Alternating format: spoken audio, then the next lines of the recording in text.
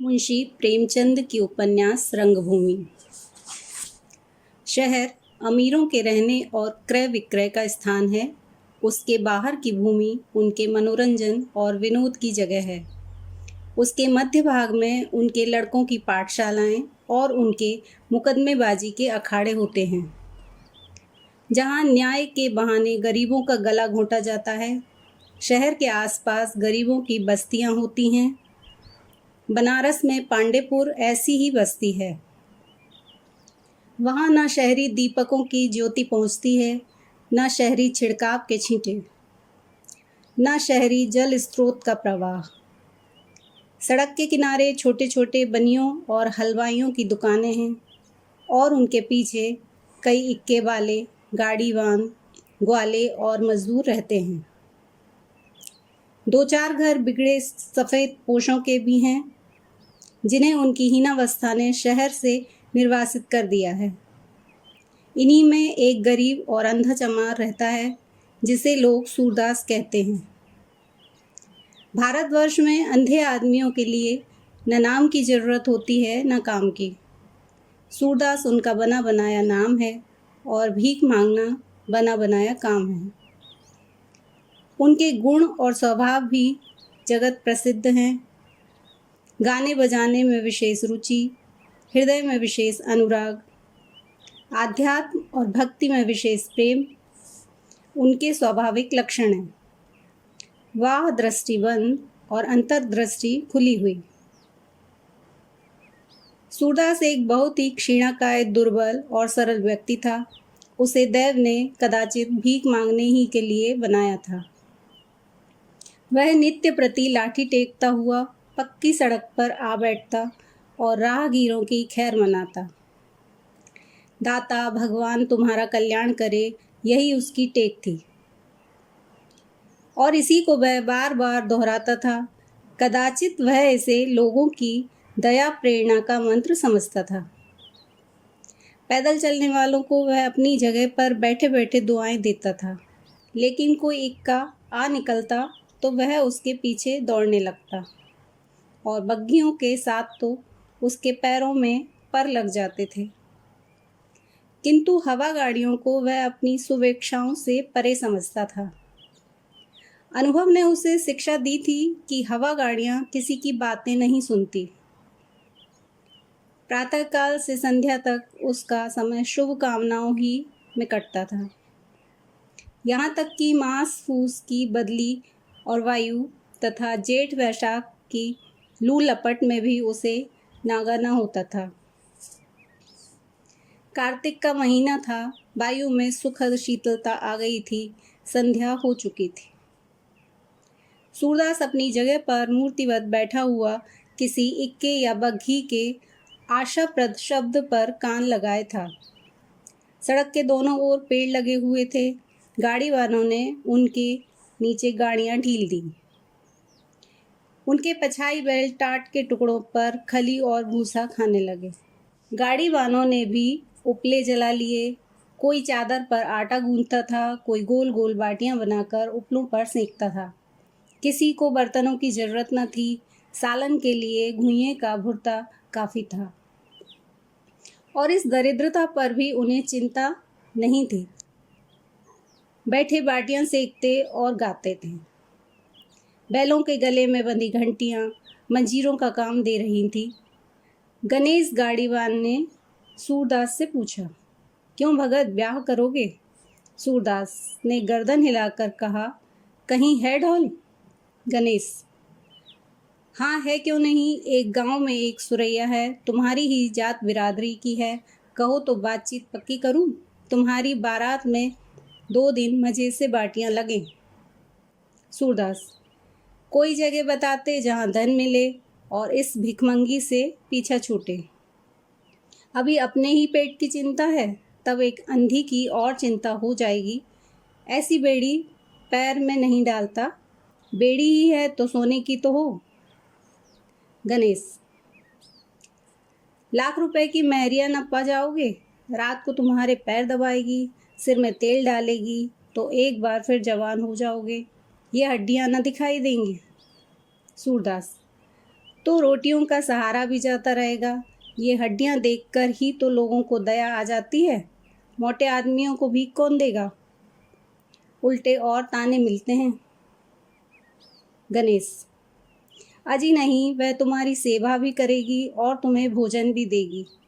बेचन शाह के यहाँ तेलहन झाड़ेगी तो 4 आने रोज पाएगी। सूरदास: तब तो और भी दुर्गति होगी। घरवाली की कमाई खाकर किसी को मुंह दिखाने लायक भी न रहूँगा। सहसा एक फिटन आती हुई सुनाई दी। सूरदास लाठी टेक कर उठ खड़ा हुआ। यही उसकी कमाई का समय था। इसी समय शहर के रईस और महाजन हवा खाने आते थे। फिटन ज्यों ही सामने आई, सूरदास उसके पीछे। दाता भगवान तुम्हारा कल्याण करे कहता हुआ दौड़ा। फिटन में सामने की गद्दी पर मिस्टर जॉन सेवक और उनकी पत्नी मिसेज जॉन सेवक बैठी हुई थीं। दूसरी गद्दी पर उनका जवान लड़का प्रभु सेवक और छोटी बहन सोफिया सेवक थी। जॉन सेवक दोहरे बदन के गोरे चट्टे आदमी थे। बुढ़ापे में भी चेहरा लाल था। सिर और दाढ़ी के बाल खिचड़ी हो गए थे। पहनावा अंग्रेजी था जो उन पर खूब खिलता था। मुख आकृति से गुरूर और आत्मविश्वास झलकता था। मिसेस सेवक को काल गति ने अधिक सताया था।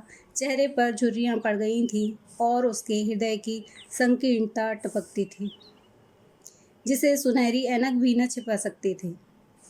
प्रभु सेवक की मसें भीग रही थीं। छरेरा ढीला, इकहरा बदन, निस्तेज मुख, आँखों पर ऐनक, चेहरे पर गंभीरता और विचार का गाढ़ा रंग नजर आता था। आँखों से करुणा की ज्योति सी निकलती पड़ती थी। वह प्रकृति सौंदर्य का आनंद उठाता हुआ जान पड़ता था। मिस सोफिया बड़ी बड़ी रसीली आँखों वाली लज्जाशील युवती थी। देह अति कोमल, मानो पंचभूतों की जगह पुष्पों से उसकी सृष्टि हुई हो। रूप अति सौम्य, मानो लज्जा और विनय मूर्तिमान हो गए हों। सिर से पांव तक चेतना थी, जड़ का कहीं आवाज तक न था। सूरदास फिटन के पीछे दौड़ता चला आता था। इतनी दूर तक और इतने वेग से कोई मंझा हुआ खिलाड़ी भी न दौड़ सकता था। मिसेस सेवक ने नाक सिकोड़कर कहा, इस दुष्ट की चीख ने तो कान के पर्दे फाड़ डाले। क्या यह दौड़ता ही चला जाएगा? मिस्टर जॉन सेवक बोले, इस देश के सिर से यह बला न जाने कब टलेगी। जिस देश में भीख मांगना लज्जा की बात न हो, यहाँ तक कि सर्वश्रेष्ठ जातियाँ भी जिसे अपनी जीवन वृत्ति बना लें, जहाँ महात्माओं का एकमात्र यही आधार हो, उसके उद्धार में अभी शताब्दियों की देर है। प्रभु सेवक: यहाँ यह प्रथा प्राचीन काल से चली आती है। वैदिक काल में राजों के लड़के भी गुरुकुलों में विद्या लाभ करते समय भीख मांगकर अपना और अपने गुरु का पालन करते थे। ज्ञानियों और ऋषियों के लिए भी यह कोई अपमान की बात न थी, किंतु वे लोग माया मोह से मुक्त रहकर ज्ञान प्राप्ति के लिए दया का आश्रय लेते थे। उस प्रथा का अब अनुचित व्यवहार किया जा रहा है। मैंने तो यहाँ तक सुना है कि कितने ही ब्राह्मण जो जमींदार हैं, घर से खाली हाथ मुकदमे लड़ने चलते हैं। दिन भर कन्या के विवाह के बहाने या किसी संबंधी की मृत्यु का हीला करके भीख मांगते हैं। शाम को अनाज बेचकर पैसे खड़े कर लेते हैं। पैसे जल्द रुपए बन जाते हैं और अंत में कचहरी के कर्मचारियों और वकीलों की जेब में चले जाते हैं। मिसेस सेवक: साइस, इस अंधे से कह दो भाग जाए, पैसे नहीं हैं। सोफिया: नहीं मामा, पैसे हों तो दे दीजिए। बेचारा आधे मील से दौड़ा आ रहा है, निराश हो जाएगा। उसकी आत्मा को कितना दुख होगा। माँ: तो उससे किसने दौड़ने को कहा था? उसके पैरों में दर्द होता होगा। सोफिया: नहीं अच्छी मामा, कुछ दे दीजिए, बेचारा कितना हाँफ रहा है। प्रभु सेवक ने जेब से केस निकाला, किंतु तांबे या निकल का कोई टुकड़ा न निकलता और चांदी का कोई सिक्का देने में माँ के नाराज होने का भय था। बहन से बोले, सोफी खेद है, पैसे नहीं निकले। साइस, अंधे से कह दो धीरे धीरे गोदाम तक चला आए, वहाँ शायद पैसे मिल जाएं। किंतु सूरदास को इतना संतोष कहाँ। जानता था गोदाम पर कोई भी मेरे लिए खड़ा न रहेगा। कहीं गाड़ी आगे बढ़ गई तो इतनी मेहनत बेकार हो जाएगी। गाड़ी का पीछा न छोड़ा, पूरे 1 मील तक दौड़ता चला गया, यहाँ तक कि गोदाम आ गया और फिटन रुकी। सब लोग उतर पड़े। सूरदास भी एक किनारे खड़ा हो गया, जैसे वृक्षों के बीच में ठूंठ खड़ा हो। हाँफते हाँफते बेदम हो रहा था। मिस्टर जॉन सेवक ने यहाँ चमड़े की आड़त खोल रखी थी। ताहिर अली नाम का एक व्यक्ति उसका गुमाश्ता था। बरामदे में बैठा हुआ था। साहब को देखते ही उसने उठकर सलाम किया। जॉन सेवक ने पूछा, कहिए खान साहब, चमड़े की आमदनी कैसी है? ताहिर, हुजूर अभी जैसी होनी चाहिए वैसी तो नहीं है, मगर उम्मीद है कि आगे अच्छी होगी। जॉन सेवक, कुछ दौड़ धूप कीजिए, एक जगह बैठे रहने से काम न चलेगा। आसपास के देहातों में चक्कर लगाया कीजिए। मेरा इरादा है कि म्यूनिसिपैलिटी के चेयरमैन साहब से मिलकर यहाँ एक शराब और ताड़ी की दुकान खुलवा दूँ। तब आसपास के चमार यहाँ रोज़ आएंगे और आपको उनसे मेल जोल करने का मौका मिलेगा। आजकल इन छोटी छोटी चालों के बगैर काम नहीं चलता। मुंशी को देखिए, ऐसा शायद ही कोई दिन जाता हो जिस दिन शहर के 2-4 धनी मानी पुरुष से मेल मुलाकात न होती हो। 10,000 की भी एक पॉलिसी मिल गई तो कई दिनों की दौड़ धूप ठिकाने लग जाती है। ताहिर, हुजूर मुझे खुद फिक्र है, क्या जानता नहीं हूँ कि मालिक को 4 पैसे का नफ़ा न होगा तो वह यह काम करेगा ही क्यों? मगर हुजूर ने मेरी तो तनख्वाह मुकर्रर की है, उसमें गुजारा नहीं होता। 20 रुपए का तो गल्ला भी काफ़ी नहीं होता, और सब ज़रूरतें अलग। अभी आपसे कुछ कहने की हिम्मत तो नहीं पड़ती, मगर आपसे न कहूँ तो किससे कहूँ? जॉन सेवक, कुछ दिन काम कीजिए, तरक्की होगी ना। कहाँ है आपका हिसाब किताब, लाइए देखूँ। यह कहते हुए जॉन सेवक बरामदे में एक टूटे हुए मोड़े पर बैठ गए। मिसेस सेवक कुर्सी पर बैठी। ताहिर अली ने हिसाब की वही सामने लाकर रख दी। साहब उसकी जांच करने लगे। 2-4 पन्ने उलट पलट कर देखने के बाद नाक से कोड़कर बोले, अभी आपको हिसाब किताब लिखने का सलीका नहीं है, उस पर आप कहते हैं कि तरक्की कर दीजिए। हिसाब बिल्कुल आईना होना चाहिए। यहाँ तो कुछ पता नहीं चलता कि आपने कितना माल खरीदा और कितना माल रवाना किया। खरीदार को प्रति खाल 1 आना दस्तूरी मिलती है, वह कहीं दर्ज ही नहीं है। ताहिर, क्या उसे भी दर्ज कर दूं? जॉन सेवक, क्यों, वह मेरी आमदनी नहीं है? ताहिर, मैंने तो समझा कि वह मेरा हक है। जॉन सेवक, हरगिज नहीं, मैं आप पर गबन का मामला चला सकता हूँ, त्योरियाँ बदल कर। मुलाजिमों का हक है खूब, आपका हक तनख्वाह, इसके सिवा आपको कोई हक नहीं है। ताहिर, हुजूर अब आइंदा ऐसी गलती ना होगी। जॉन सेवक, अब तक आपने इस मद में जो रकम वसूल की है वह आमदनी में दिखाइए। हिसाब किताब के मामले में मैं ज़रा भी रियायत नहीं करता। ताहिर, हुजूर बहुत छोटी रकम होगी। जॉन सेवक, कुछ मुजायका नहीं, 1 ही पाई सही, वह सब आपको भरनी पड़ेगी। अभी वह रकम छोटी है, कुछ दिनों में उसकी तादाद सैकड़ों तक पहुंच जाएगी। उस रकम से मैं यहाँ एक संडे स्कूल खोलना चाहता हूँ, समझ गए? मैम साहब की यह बड़ी अभिलाषा है। अच्छा चलिए, वह ज़मीन कहाँ है जिसका आपने जिक्र किया था? गोदाम के पीछे की ओर एक विस्तृत मैदान था। यहाँ आसपास के जानवर चरने आया करते थे। जॉन सेवक यह ज़मीन लेकर यहाँ सिगरेट बनाने का एक कारखाना खोलना चाहते थे। प्रभु सेवक को इसी व्यवसाय की शिक्षा प्राप्त करने के लिए अमेरिका भेजा था। जॉन सेवक के साथ प्रभु सेवक और उनकी माता भी ज़मीन देखने चली। पिता और पुत्र ने मिलकर ज़मीन का विस्तार नापा। कहाँ कारखाना होगा, कहाँ गोदाम, कहाँ दफ्तर, कहाँ मैनेजर का बंगला, कहाँ श्रमजीवियों के कमरे, कहाँ कोयला रखने की जगह और कहाँ से पानी आएगा। इन विषयों पर दोनों आदमियों में देर तक बातें होती रहीं। अंत में मिस्टर सेवक ने ताहिर अली से पूछा, यह किसकी ज़मीन है?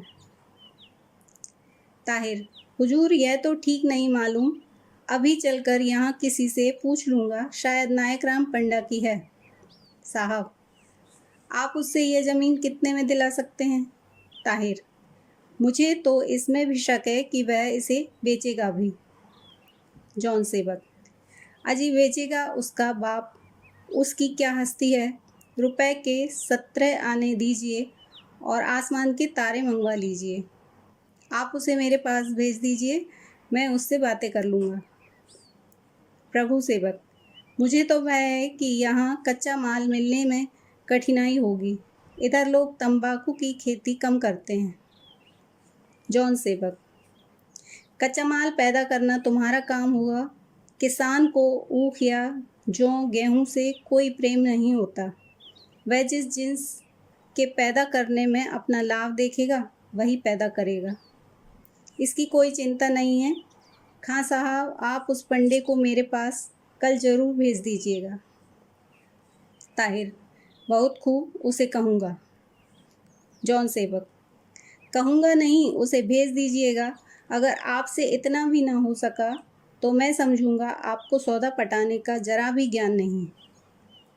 मिसेस सेवक, अंग्रेजी में, तुम्हें इस जगह पर कोई अनुभवी आदमी रखना चाहिए था। जॉन सेवक, नहीं, मैं अनुभवी आदमियों से डरता हूँ। वे अपने अनुभव से अपना फ़ायदा सोचते हैं, तुम्हें फ़ायदा नहीं पहुँचाते। मैं ऐसे आदमियों से कोसों दूर रहता हूँ। ये बातें करते हुए तीनों आदमी फिटन के पास गए। पीछे पीछे ताहिर अली भी थे। यहाँ सोफिया खड़ी सूरदास से बातें कर रही थी। प्रभु सेवक को देखते ही बोली, प्रभु, यह अंधा तो कोई ज्ञानी पुरुष जान पड़ता है, पूरा फिलोसोफर है। मिसेस सेवक, तू जहाँ जाती है वहीं तुझे कोई ना कोई ज्ञानी आदमी मिल जाता है। क्यों रे अंधे, तू भीख क्यों मांगता है? कोई काम क्यों नहीं करता? सोफिया, मामा, यह अंधा निरा गवार नहीं है। सूरदास को सोफिया से सम्मान पाने के बाद ये अपमानपूर्ण शब्द बहुत बुरे मालूम हुए। अपना आदर करने वाले के सामने अपना अपमान कई गुना असह्य हो जाता है। सर उठाकर बोला, भगवान ने जन्म दिया है, भगवान की चाकरी करता हूँ, किसी दूसरे की तावेदारी नहीं हो सकती। मिसेस सेवक, तेरे भगवान ने तुझे अंधा क्यों बना दिया? इसलिए कि तू भीख मांगता फिरे? तेरा भगवान बड़ा अन्यायी है। सोफिया, मामा, आप इसका अनादर क्यों कर रही हैं कि मुझे शर्म आती है। सूरदास, भगवान अन्यायी नहीं है, मेरे पूर्व जन्म की कमाई ही ऐसी थी, जैसे कर्म किए हैं वैसे फल भोग रहा हूँ। यह सब भगवान की लीला है। वह बड़ा खिलाड़ी है, घरौंदे बनाता बिगाड़ता रहता है, उसे किसी से बैर नहीं, वह क्यों किसी पर अन्याय करने लगा। सोफिया, मैं अगर अंधी होती तो खुदा को कभी माफ़ न करती। सूरदास, मिस साहब, अपने पाप सबको आप भोगने पड़ते हैं, भगवान का इसमें कोई दोष नहीं। सोफिया, मामा, यह रहस्य मेरे समझ में नहीं आता। अगर प्रभु यीशु ने अपने रुधिर से हमारे पापों का प्रायश्चित कर दिया तो फिर ईसाई समान दशा में क्यों नहीं हैं? अन्य मतावलंबियों की भांति हमारी जाति में अमीर गरीब, अच्छे बुरे, लंगड़े लूले सभी तरह के लोग मौजूद हैं। इसका क्या कारण है? मिसेस सेवक ने अभी कोई उत्तर न दिया था कि सूरदास बोल उठा, मिस साहब, अपने पापों का प्रायश्चित हमें आप करना पड़ता है। अगर आज मालूम हो जाए कि किसी ने हमारे पापों का भार अपने सिर ले लिया तो संसार में अंधेर मच जाए। मिसेस सेवक, सोफ़ी, बड़े अफसोस की बात है कि इतनी मोटी सी बात तेरी समझ में नहीं आती। हालांकि रेवरेंड पिप ने स्वयं कई बार तेरी शंका का समाधान किया है। प्रभु सेवक सूरदास से, तुम्हारे विचार में हम लोगों को बैरागी हो जाना चाहिए, क्यों? सूरदास, हाँ, जब तक हम बैरागी ना होंगे दुख से नहीं बच सकते। जॉन सेवक, शरीर में भभूत मलकर भीख मांगना स्वयं सबसे बड़ा दुख है, यह हमें दुखों से क्यों कर मुक्त कर सकता है? सूरदास, साहब, बैरागी होने के लिए भभूत लगाने की और भीख मांगने की ज़रूरत नहीं। हमारे महात्माओं ने तो भभूत लगाने और जटा बढ़ाने को पाखंड बताया है। बैराग तो मन से होता है, संसार में रहें पर संसार का होकर न रहें, इसी को बैराग कहते हैं। मिसेस सेवक, हिंदुओं ने ये बातें यूनान के स्टॉकिस्ट से सीखी हैं, किंतु यह नहीं समझते कि इनका व्यवहार में लाना कितना कठिन है। यह हो ही नहीं सकता कि आदमी पर दुख सुख का असर न पड़े। इसी अंधे को अगर इस वक्त पैसे न मिले तो दिल में हजारों गालियां देगा। जॉन सेवक, हाँ, इसे कुछ मत दो, देखो क्या कहता है। अगर जरा भी भुनभुनाया तो हंटर से बातें करूँगा, सारा बैराग भूल जाएगा। मांगता है भी थेले थेले के लिए मीलों कुत्तों की तरह दौड़ता है, उस पर दावा यह है कि बैरागी हूँ।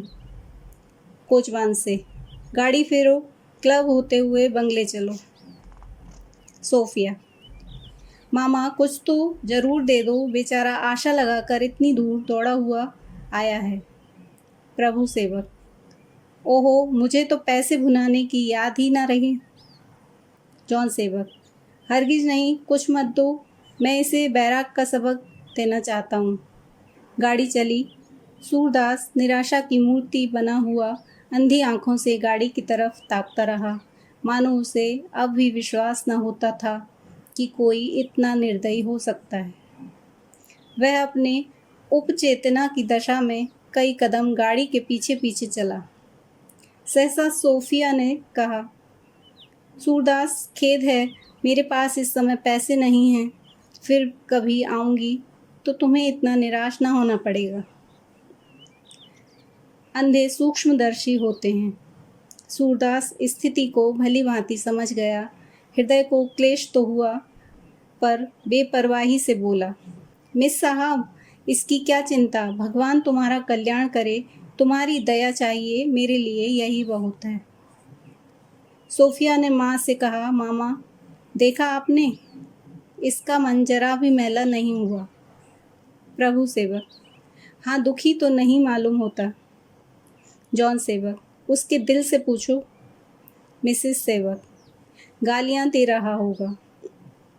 गाड़ी अभी धीरे धीरे चल रही थी। इतने में ताहिर अली ने पुकारा, हुजूर, यह ज़मीन पंडा की नहीं सूरदास की है, यह कह रहा है। साहब ने गाड़ी रुकवा ली। लज्जित नेत्रों से मिसेस सेवक को देखा। गाड़ी से उतरकर सूरदास के पास आए और नम्र भाव से बोले, क्यों सूरदास, यह ज़मीन तुम्हारी है? सूरदास, हाँ हुजूर, मेरी ही है, बाप दादों की इतनी ही निशानी बच रही है। जॉन सेवक, तब तो मेरा काम बन गया। मैं चिंता में था कि न जाने कौन इसका मालिक है, उससे सौदा पटेगा भी या नहीं। जब तुम्हारी है तो फिर कोई चिंता नहीं। तुम जैसे त्यागी और सज्जन आदमी से ज़्यादा झंझट न करना पड़ेगा। जब तुम्हारे पास इतनी ज़मीन है तो तुमने यह वेश क्यों बना रखा है? सूरदास, क्या करूं हुजूर, भगवान की जो इच्छा है वह कर रहा हूं।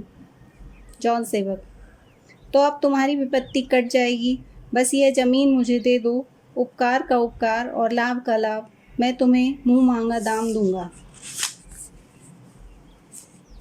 सूरदास, सरकार पुरखों की यही निशानी है, बेचकर उन्हें कौन मुंह दिखाऊंगा।